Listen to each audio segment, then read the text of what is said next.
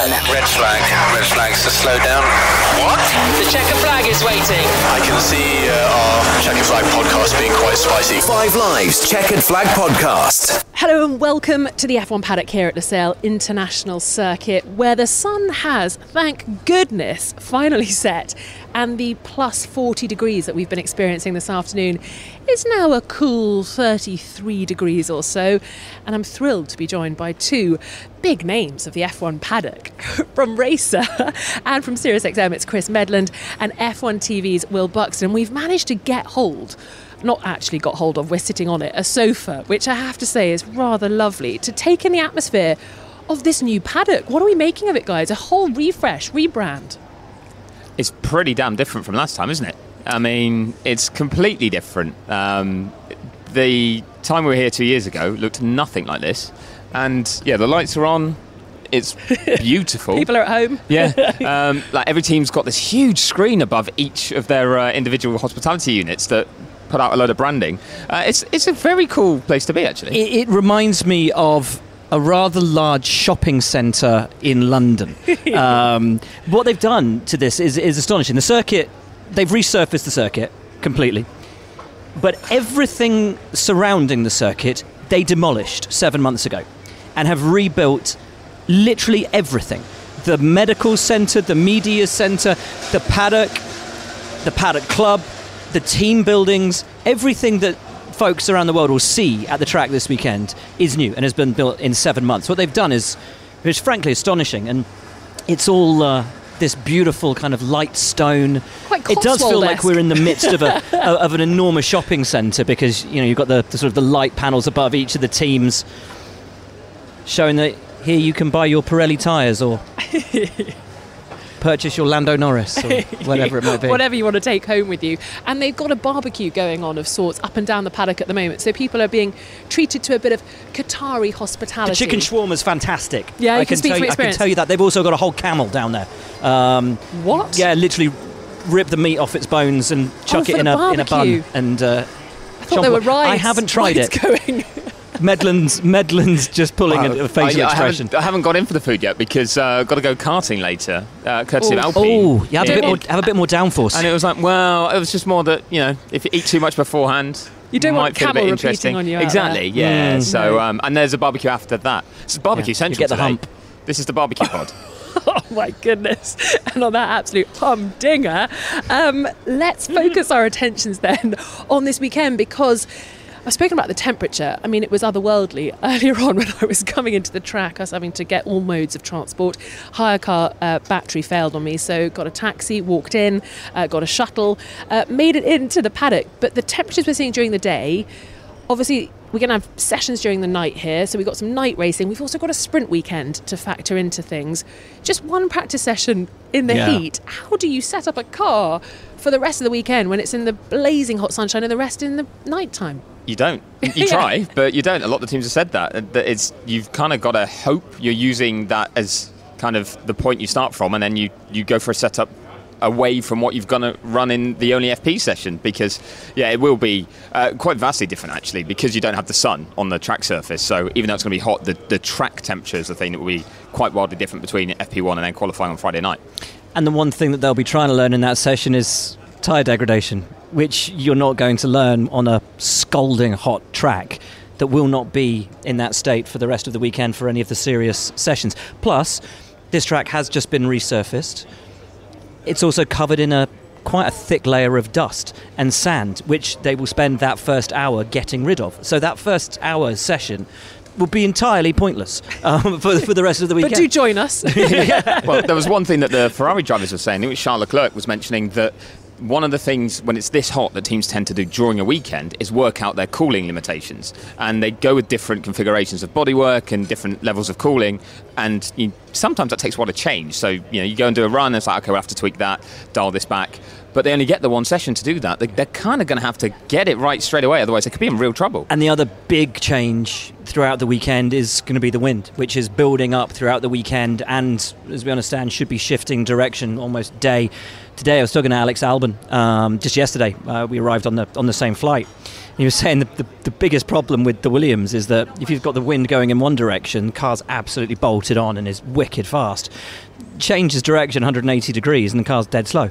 So anyone's guess. But this is the crazy thing. You have to dial in your setup after one practice session tomorrow night. That's the car you have for the rest of the weekend. No matter what happens with the temperature, no matter how much this track dries up, how much it cleans up, over the course of the weekend, and no matter what happens with the wind direction, that's what you've got for the rest of the weekend. Got to make the most of it. I quite like that. I These love are meant it. to be the I 20 love best it. drivers in the world. Yeah. Deal with it. Yeah, absolutely. I mean, Max Verstappen was complaining earlier that he thinks you see too much of a preview, though, in the sprint itself on Saturday of what the Grand Prix will be like, and he likes that unknown that you go into if people have got it wrong. But the flip side is, people are kind of more likely to have got it wrong because there's less practice. So it's kind of give and take in that Did sense. you hear Carlos Sainz in the week saying that he would like to see the sprints be reverse championship order? So the grid is set with reverse championship order and you just go and have fun.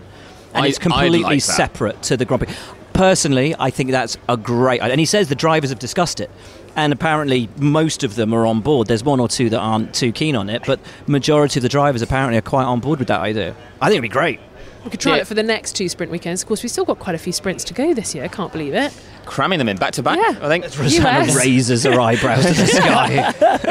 No, I quite like it. It means we get lots of action, but I do like the fact that the drivers are pushed to the limits to just get out there and do what they do best, rather than all this practice time and honing it and whatever. We've also got some sort of undefined work that's gone on the curbs because, of course, 2 years ago here we had tyres having all sorts of trouble, but the circuit haven't really been too clear on what they've done. This is more of a MotoGP track, isn't it, rather than an F1 track? It is, yeah. Which, As we start a 10-year tenure here exactly. in They're trying to Qatar with F1. adapt it for this kind of new type of racing they're going to get used to. But the curbs from some of the pictures that have been out there, and Yuki Tsunoda was talking about it earlier as well, are potentially very damaging to the floor of the car because there's a drop-off beyond the edge of the curb. So you've got the white line and then the exit curb, and then a drop of, I believe it's around 5 centimetres. I think Claire Cottingham was doing the maths on what the actual 5 centimetres or 5 mil? 5 centimetres on the exit of turn 4.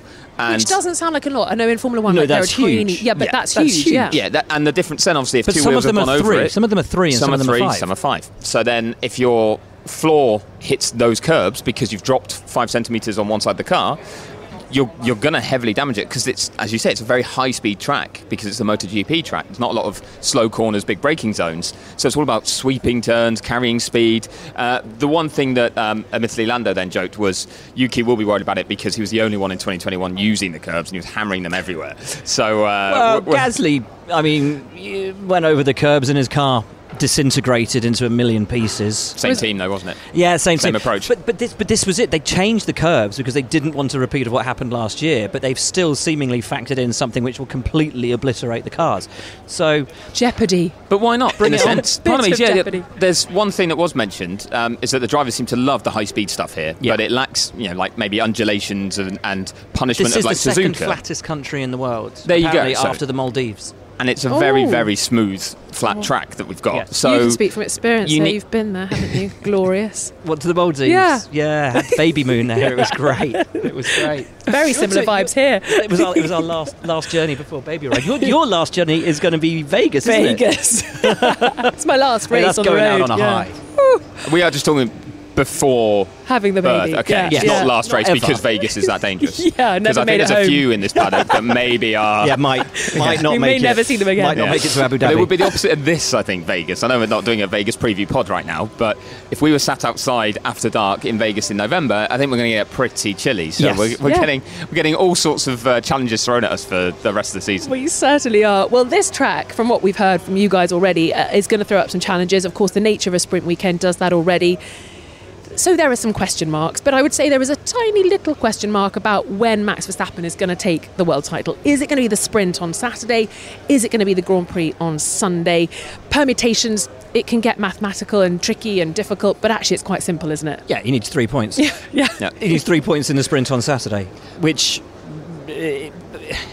I mean, it's almost impossible that unless his car breaks down, it's Curbs. almost impossible that he won't get those points. But so that's top 6 for Max. But flip side is, even if he scores nothing, Sergio Perez has to finish top 3 on Saturday. And that's not a given these days. Exactly. Ooh. So, and not only if there's a problem for Max's car, probably a good chance to be a problem for Checo's if it's, a cooling issue on the Red Bull or something. So, I think you'd be pretty safe saying Saturday.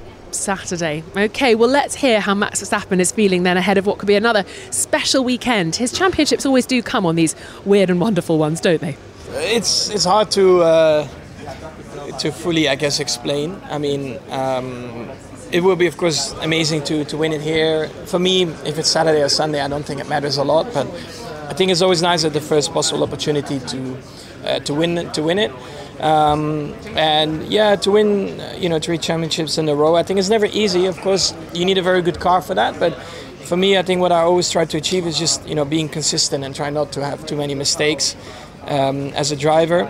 And that's something that you constantly are working on. To try and be as consistent as possible, reliable, which, of course, we're having a great season, and the car's in a really great window, except Singapore. But all the other races, of course, it was really nice to drive.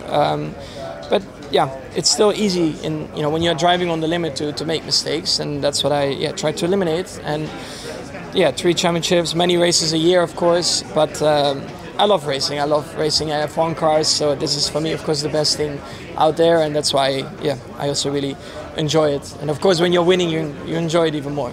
Max, obviously a special weekend coming your way, but just reflecting on this year for a moment, we often see top athletes performing at their best when they're being pushed by someone else and they raise their game. It feels like you haven't had that competition. How satisfied are you that you've been pushed to your absolute best this year? Yeah, I think this is something, you try to achieve naturally as well. Like, I want to constantly try to be better and try to improve. So you set the standard very high for yourself. I don't think it matters if someone's pushing you or not. I think as a team we are pushing ourselves anyway, to try and be better all the time. And that's what I like, of being part of this team. And hopefully we can do that for a while. Yeah, that would be exciting. If it does happen on Saturday, will we see you on Sunday? You will be here for the Grand Prix. You won't be under the weather, in inverted commas. No, I think we can handle that. Okay, good. Good luck for the weekend. So that was Max Verstappen speaking ahead of this potentially exciting weekend for him. I think he sounded excited. He sounded quite relaxed and quite chatty, Will. Did you get that from him in the media? Yeah. He's... Actually, I got more out of him asking him about Le Mans than I did asking him about the World Championship. Explain that topic. So we know that Max loves his sim racing and does a lot of 24-hour races and a lot of endurance racing on the sim. And he's expressed an interest in going to Le Mans before. And this week, Aston Martin announced that they're going back to Le Mans with the incredible Valkyrie, which isn't really an Aston Martin at all. It was a Red Bull design concept that Adrian Newey created for Aston Martin when Aston Martin were branding their engine deal many moons ago. And so I said to Max, would you like to do Le Mans, not necessarily in the Valkyrie, but in a car designed by Adrian Newey? And he didn't even touch the Newey thing. He just said, I will race at Le Mans. Yeah, it was emphatic, wasn't it? It wasn't actually like, emphatic. Maybe one day. I will race at Le Mans. I just need the situation to be right and circumstances to be right. I don't want to just turn up and make the numbers, but I will race at Le Mans. And I was like, that's great. Let's get into that chat. That was that was mega. But no, he's very chatty. He's very calm. I watched because obviously we're all complete F1 nerds. I watched the highlights of the 2021 season on my way over to the race this weekend because I wanted to see how different Max has been this year to the guy that won his first title in 21. And I think the one thing that's different is the post-race radios. To hear the absolute relief, but also just how much it meant to Lewis and Max to win races in 21 with how intense that rivalry was and the competition was. And then you hear Max winning race this year and he's just like, that was a nice job. And the guys are like, lovely. Another one on the books. Well done, Max. We do miss a little bit of that, but for it to come so easily, you could think he could slip off. He could start making mistakes because he's not focused, not concentrating. And he's just been relentless. And talking to Lewis today, and Lewis just said, I have to take my hat off to Max and to Red Bull. They have been perfect. They have been utterly perfect. And that's the word that keeps coming up with every driver that you talk to. is it's either relentless, perfect, or consistent. They're the three words that are used. And it has just been a complete domination. You also spoke to Charles Leclerc, didn't you? Because obviously they've raced together for so long, back in their karting I said, days. What's changed? And he said, he's calmed down a lot. Let's hear from Charles then, talking to Will a little earlier on in the media pen about racing alongside Max Verstappen throughout their careers. I think he calmed down quite a bit. I mean, I remember our karting days and we were going for it. Obviously, then with experience, you calm down and now he's an adult. When we were together, we were kids, but it's good memories, and he has done another exceptional season. He definitely deserves everything that is happening to him at the moment, and I guess it's only a matter of time before he wins his third title. That was Charles Leclerc talking about Max Verstappen and how he has changed. And we'll talk more about Charles Leclerc and Ferrari and the other challengers to Red Bull after this. Welcome back to the paddock here in Lusail, Qatar, ahead of what's going to be an exciting weekend, a sprint weekend. We've got the chance of Max Verstappen wrapping up the title, his third on Saturday after the sprint. So plenty to talk about. And we've just heard Charles Leclerc from Ferrari talking about how Max Verstappen has grown and changed during his career, his motorsport career, because of course they raced together when they were younger. But now Max is the runaway winner, not necessarily being challenged right there every single weekend. But of course, Charles Leclerc is one of the drivers who could have been doing that in the Ferrari. What are the chances this weekend in Qatar of Ferrari being right up there with Red Bull? And we always talk about Ferrari, McLaren, Mercedes, Aston Martin probably not so much at the moment. Whose is it this weekend, Chris? I think it's McLaren's. I think Ferrari will be probably looking at a tough weekend. High temperatures have not traditionally suited them, especially with high tyre deg. They did well in Japan in those sorts of conditions, but Carlos Sainz pointed out that was a two-stop race, which does actually help because you've got shorter stint lengths to deal with. So, yeah, and McLaren were comfortably clear of Ferrari in Suzuka and expect to kind of be in the same place here. They think this track suits their car as it is right now. So I think if you're a Lando Norris, Oscar Piastri fan, Lando himself said the target is to repeat Suzuka. So I think they're top of the tree. The interesting thing for me with Ferrari this season is how well they've done on sprint weekends. It was almost earlier in the season, like the more time they had on track, the more data they had, the more lost they got. And on the sprint weekends, because there was less time to pour into that data and to extrapolate all the data with 3 hours of practice, you just have the 1 hour practice. They were just, right, we've got to follow this direction, let's bolt on, let's go. But since the summer break, Carlos has come on in leaps and bounds. They've found a greater understanding with the car. Charles is finally admitting the fact that this car is not to his liking at all, and it's moving very much into Carlos's direction. Ferrari is still in the hunt for second in the Constructors' Championship in a battle with Mercedes. But Charles himself has got Lando Norris and George Russell breathing down his neck. He could finish as low as 8th in the World Championship if they get up and past him in these last remaining races, which would be an awful season for Charles Leclerc at Ferrari. Will it be their weekend? I agree with Chris. I think the upgrades we've seen from McLaren, the promise we've seen from them over the last few races it's something phenomenal. And Lando himself has just talked about how confident everyone at the team is right now, and not just for this season, but the confidence it gives them for the developmental push through the winter and into 2024, because they're hoping to hit the ground running, possibly as rivals, threats to Red Bull's dominance. Because it was bad, wasn't it, the early part of this season? I think people were writing them off. They'd written themselves off really at the start. Let's hear from Lando then, from McLaren, Lando Norris, talking about the change that they've seen at the team and perhaps how they'll go this weekend and for the rest of the season. I think we proved we didn't give up. We kind of took a step back. We re-looked at everything and we've taken improved some of the biggest margins, I think, for many, many years in Formula One, and something that I think has set an example of what a team can do in the middle of a season, even when there's more limitations than ever, and almost doing that with a limited wind tunnel time, limited this time and money and all those things.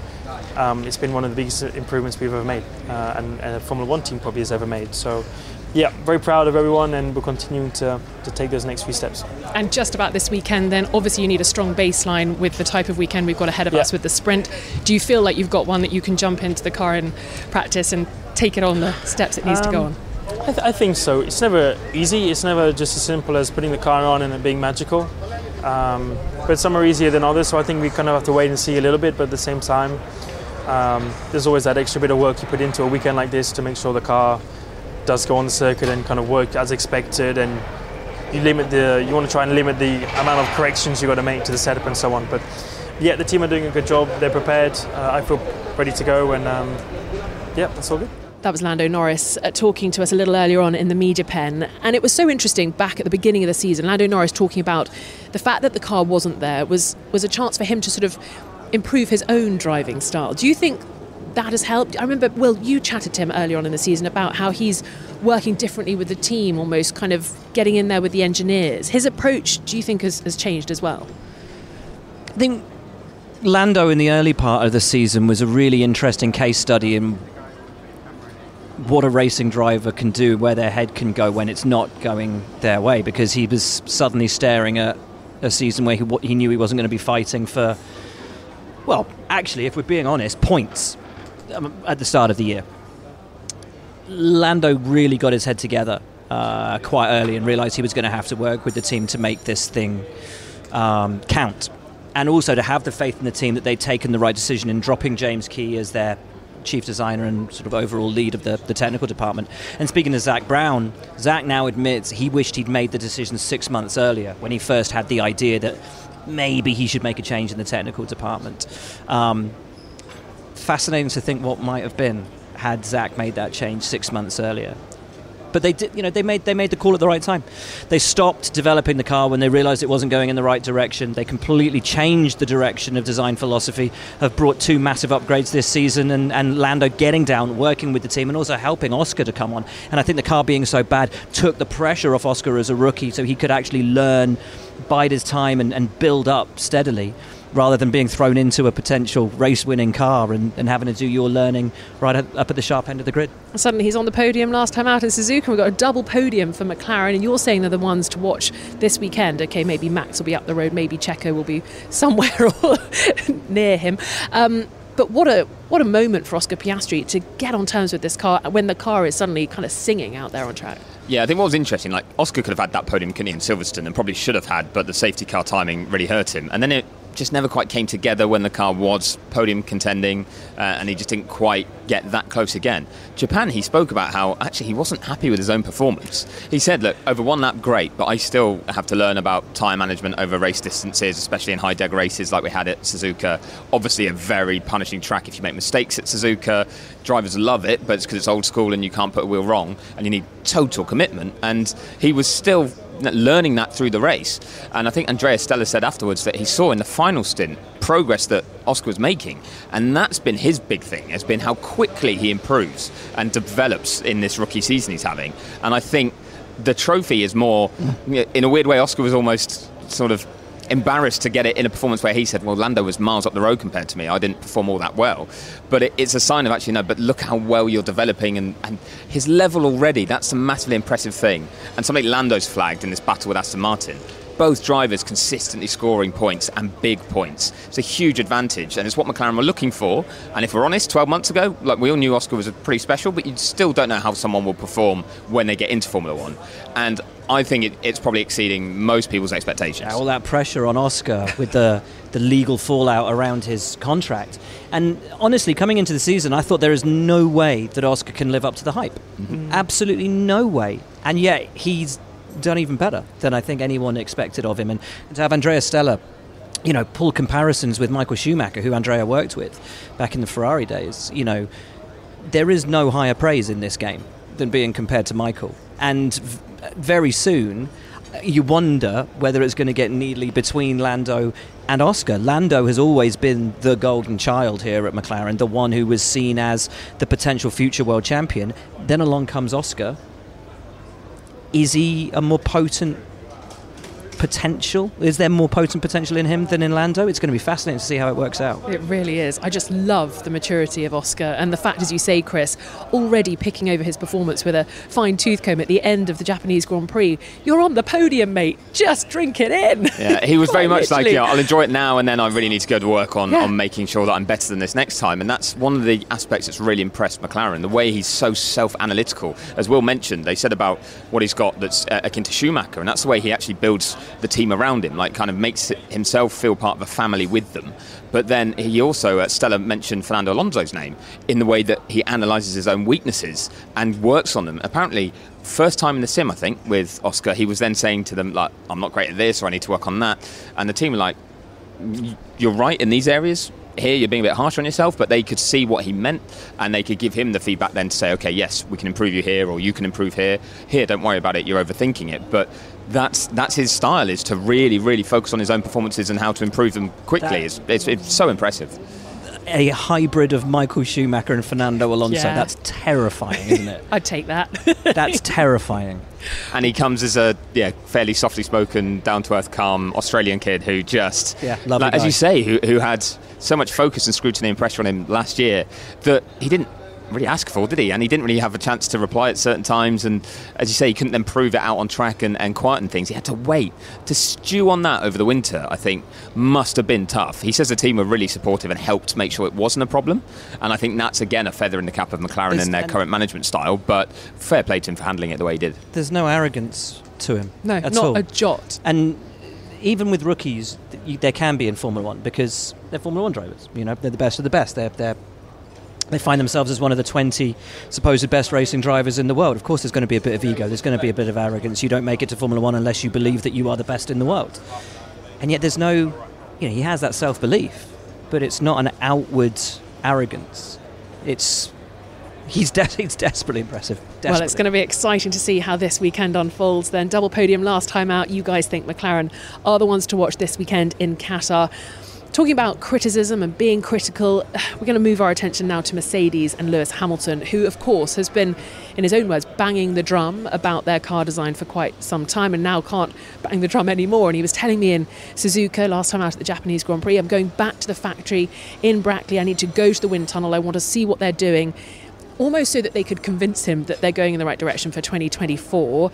Let's hear what Lewis had to say to me earlier on in the media pen about that visit back to base. I think the part that I took from it is I just saw the department, all the engineers with their heads down, working incredibly hard. It's clear that they've not been happy with where we are. They all feel the pain, but that's not deterring them from doing the work they're doing now. And so I have 100% faith that they're going to get us to where we need to be. But it is a tall order. It is a massive mountain to climb. Given the restrictions in resources, given the restriction in tunnel wind time that you have, you basically have to do twice the job, twice as good as what the others are doing. At least, basically, because they're a second ahead, for example, at Japan. So we've got to do twice the development rate for them. So it's not easy to do. Has there been a sort of sorry or an apology from the team that they haven't kind of done what you asked? And when you have those conversations asking for things, is it no, Lewis, or is it we can't do that, Lewis? No, it's never. No, firstly, no one needs to apologise. I think it's we win and we lose as a team, and there's no one individual, there's no one person responsible. We're all responsible for where we are, for the decisions we took collectively, and we stand by each other through the pain. And eventually, I hope that we get to where we deserve to be. Where they deserve to be. And I'll be there to support them through it all. So that was Lewis talking about the way that the team are approaching the car design for 2024. It's a little bit sort of horses bolted for 2023. Can he finish P2 in the standings for the Drivers' Championship? I mean, is it out of the sort of equation? Is it too much? I wouldn't say it's out of the equation. I think it's unlikely. I think we've seen, people do give Checo a hard time for some of the performances, rightly so, but at the same time, he has still picked up plenty of second place finishes. He had 2 wins earlier in the year. He still gets enough big results that extend the gap rather than see them close, that I think he'd have to have a really tough run to the end of the year to open the door enough, because not only tough run like the start of the season, you mean? Well, after, maybe after Miami onwards, yeah. But even that, there were still second places and things where the problem that the chasing pack have had is the inconsistency of who is next. It was Mercedes were very good at being the third best team consistently and letting others bounce around from second to fourth to fifth sort of thing. Now McLaren are more often than not popping up in second, but I think Ferrari have found a little bit more consistency since the summer break too, that's put them more like Mercedes in the third place. So I feel like for Lewis then to consistently score enough big points to close that gap will be very tough. I think he'll beat Alonso to third, but I don't see him quite getting to Checo. Well, you talk to the drivers a lot after FP2. Obviously, we're not going to have FP2 here in Qatar because of the sprint weekend. But I've noticed they seem happy on a Friday night after 2 practice sessions, and then suddenly it all comes undone on a Saturday. And you're talking about kind of overthinking things when it came to Ferrari earlier on. Is there just too much of that going on at Mercedes, do you think, as well? It's fascinating, and you're right. And Lewis has talked about this often in recent races, how even after FP1, they'll make a slight change for FP2, and then the weekend starts to unravel from then on into qualifying. And George and Lewis, there is no real discernible difference between the two of them in qualifying. They're 8-8, aren't they? They're level, yeah. They're so closely matched. But on Sundays, that's where Lewis turns it on and turns it round, and has been really, really impressive this year. I mean, he's got almost double the points of George this year. It's super impressive what Lewis is doing on a Sunday, particularly with a car that, is not to their, I was going to say liking, but it's not to their specification. Maybe expected standard, I guess, with the way Mercedes have been. I saw an article in the week that said, should the Formula One World Championship be decided in a sprint race? And I was like, it's not going to be decided in the sprint race. It was decided 6 months ago, but more than that, I think it was decided at the Brazilian Grand Prix last year when Mercedes had a false dawn. They took the win with George Russell and thought, there's potential in this car, and stuck with a design philosophy that they knew inherently was wrong. Had they not won that race, I think they would have torn it up, chucked it in the skip, and started again. And Toto Wolff has been very honest this year that any change they make to this car is going to be minimal, because the bones of the car, the architecture of the car, is such that it's just it's lipstick on a pig. That's all the changes are going to be. Until they can change the base architecture of that car in 2024, they are not going to make inroads into Red Bull racing, and they know that. They had the opportunity to do that between 22 and 23, and they chose not to because of that false dawn in Brazil. And I just wonder how different this season would have been had they completely shifted that philosophy over the winter. I think we'd be looking at a very different championship fight. And you only have to look, some people say it's a bit simplistic to say, just change the car and go with a different concept. But look what Aston Martin did over a winter. Yep. Look what McLaren did mid-season when they realised what they needed to do. And that is something, again, going back to Andrea Stella, but he said Mercedes have figured it out now. They know what they should be doing and where they've gone wrong. And he's really expected them to come on strong next year.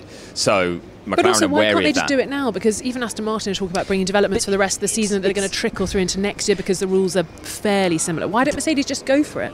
Because you can't, because of the financial structures and the regulations that are in place because of the budget cap. What are you spending on 23? What are you spending on 24? Everything has to be factored into neat columns for on each, a spreadsheet I never want to be involved in. This is the sexiness of modern Formula One.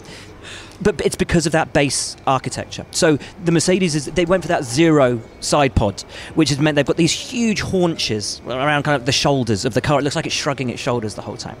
Kind of is, I reckon. Yeah, if it was a character. But you can't put Red Bull's design philosophy of where everybody else is gravitating towards in terms of the undercut on the side pods, how the air flows around the side pods and underneath the car. You can't add that to the Mercedes because the base architecture of the car will not allow it. It won't allow it. So all of the visible things that you can see on all the other cars, you can't do that to the Mercedes. The architecture won't allow it. You have to change that over the winter. And Mercedes is not alone with this. So Haas is going to bring a big update to Austin that's going to be much more in the direction of the Red Bull philosophy. But they say they're still limited by the Ferrari architecture of the parts that they buy from Ferrari and the chassis design that they currently have. Same thing. They can't then go fully in that direction, but they can make steps that will give them understanding, which in a sense is what we saw Mercedes do in Monaco when they changed their side pod layout and a lot that went alongside that. But the chassis itself is so expensive, so complex, needs to be crash tested and destroyed each time. And homologated. Yeah, that's a huge amount of work. That's not just body work and aero, that's way, way more. And then there's knock-on in terms of where the suspension fits to the chassis, where the gearbox is mounted. So much goes into that. That is why you have a new car every season because that is the work of months and months and months and a whole winter's development too. And that's why Lewis has said this is the most important 6-month period that he's ever experienced at Mercedes. This will make or break, I think, look, the rest of Lewis's career. Gosh, all eyes on them in Bahrain next year for the test. My goodness me. Right, any other business? Quick runners and riders update. Liam Lawson's still in for Daniel Ricciardo. Weren't we all expecting a return for Daniel Ricciardo? So he's not really there yet, is he, with his hand mending? No, it was always going to be tough for him, and better to take the time, make sure it's healed, than to rush back. This is going to be a very physically arduous race. Not quite as sketchy as, the long sort of pulled out G's that you have in Japan, or the potential for another crash into a wall in Singapore. It's just desert here. You're just going to skid along for miles if you leave the track. But it's better that he takes the time. What's fascinating for me is how well Liam Lawson has acquitted himself in the 3 races so far. He hasn't finished behind Yuki Tsunoda. He's had the highest place finish for an AlphaTauri driver all season, and yet he finds himself without a seat. What's amazing is how 6 months ago nobody would have been clamouring for a seat for Liam Lawson, and now everybody is clamouring for a seat for Liam Lawson and saying, how can he not be in Formula One next year? Such an impressive rookie. And so Ricciardo did go in the Red Bull Sim at the start this week, and it went pretty well, but he felt he was 80 to 90% there, and it's like, well, why risk it coming back maybe too early? And if in FP1 you struggle and you have to, dare I say, get out the car, you're putting Liam in as a rookie for qualifying straight away on the sprint weekend. It ruins it for him. So the way Liam found out that he was in the car was on Monday, lunchtime. He got a phone call, he said, from an unknown number, and it was a FaceTime. And he was like, that's weird. Who FaceTimes you out of the blue? So he opened it, and there was Daniel Ricciardo's face on his phone. No. And Ricciardo said to him, mate, I'm going to give you another crack this weekend. So basically, it was Ricciardo apparently who relayed the message to Lawson that he'd still be racing this week. And then also, Ricciardo Liam targets Lawson doesn't have Daniel Ricciardo's number saved in his phone. We did laugh at that, yeah. But I imagine he's now got it saved. Yes. The having things made you that learn admission. about these drivers, just through a little nice poetic story there. That's a great story. That's a great mega one. And then the big news, I guess, is that the FIA have sort of said it's okay for Andretti to come into F1, pending obviously F1's approval, and I'm sure the teams want to have their say as well. What's the flavour, do you think, at the moment in the paddock, Chris? I'm sure you've been up and down asking for people's opinion on an 11th team, or maybe it won't be an 11th team, maybe it'll just stick at 10. Yeah, dare I say, I've kind of got a vested interest as someone who writes for the American market a lot and broadcasts on Sirius XM. But that's also got me in a bit of trouble with Andretti before, because when Michael Andretti was really getting punchy about teams being greedy and not wanting to share type thing, I did write a piece that said, just be quiet right now. That's not helping you. That's not good for your cause. Like, I want to see you be successful. I think it'd be great, but that's not the way to win friends here, to help you try and come in. That did change. Michael went quiet. We've not heard a lot directly from Andretti. You're his media manager now. There we go, yeah. But then, we had the FIA approval at the start of the week. It now moves on to Formula One management, FOM, essentially Formula One itself, but the commercial entity, to discuss commercial terms if they want to, essentially, and analyse what Andretti would bring to the sport. And I understand the way they'll do that is by speaking to all stakeholders, promoters, races, teams, about what they think it would do for Formula One if Andretti were to come in, based on the knowledge that they have from the application Andretti gave to the FIA. That will now get handed over to Formula One. And from that, a decision will be made. So it won't just be F1's own personal opinion, it will be collective, which realistically is bad news for Andretti, because most teams in here do not want to give up a share of revenue. Kind of understandably. I don't get why they get asked in that sense. The bigger picture needs to be taken by someone above it all. And the other teams are going to go, well, they're going to come in and steal some of our revenue and challenge us on a sporting level, perhaps. Why would we do that? So it's going to be something that I think will run for a while. It's not going to be next week that we hear something, as much as I think going to America everyone would love an answer. But Andretti will get to speak at some point to FOM and Formula One, but actually there'll be other discussions taking place that I think make it still a big hurdle for them to overcome. I think they have to really come up with a way that makes it almost unanimous from all other stakeholders that they want an 11th team, and they want it to be Andretti, given what Andretti said they'll bring, and that's the only way they'll come in. So I still say it looks tough. Yeah, watch this space then. Well, guys, Chris Medland, Will Buxton, thank you so much for joining me to preview the Qatar Grand Prix weekend, obviously a sprint weekend as well. We're going to have live commentary of every session across the 5 Live network. I'll be joined by Harry Benjamin in the commentary box alongside the BBC's chief F1 writer Andrew Benson and racing driver Alex Brundle. We'll have all the reaction and analysis on the Chequered Flag podcast as well. The sprint gets underway at 6:30 on Saturday evening. Will Max Verstappen take his 3rd title then? You'll be able to find out on the BBC Sport website. The guys are giving me a thumbs up to that. And the Grand Prix on Sunday starts at 6 p.m. and we'll have full commentary on BBC Radio 5 Sports Extra. It's going to be an exciting weekend. This has been an IMG production for BBC Radio 5 Live.